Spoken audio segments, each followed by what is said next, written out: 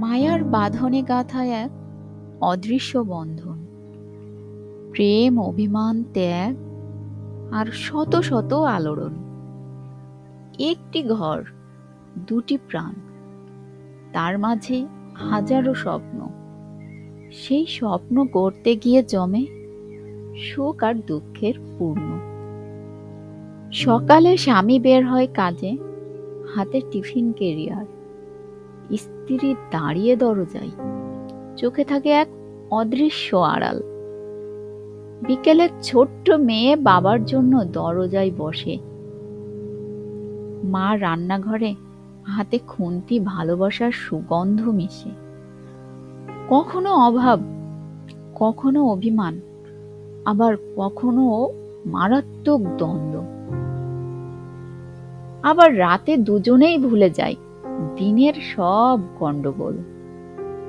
একটা সংসার এভাবেই চলে, সময়ের স্রোতে।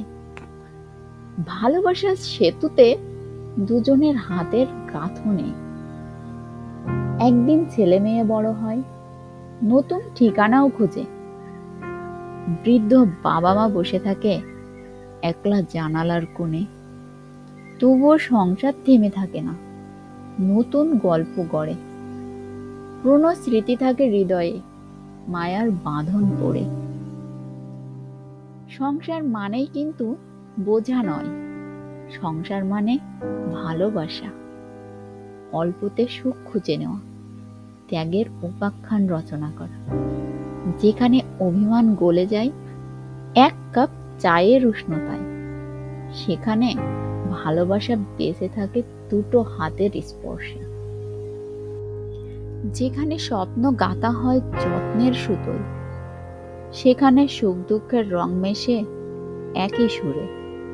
একটি সংসার শুধু ইট পাথরের ঘর নয়, এ এক অনুভূতির আশ্রয়, এক চিরন্তন নীড়।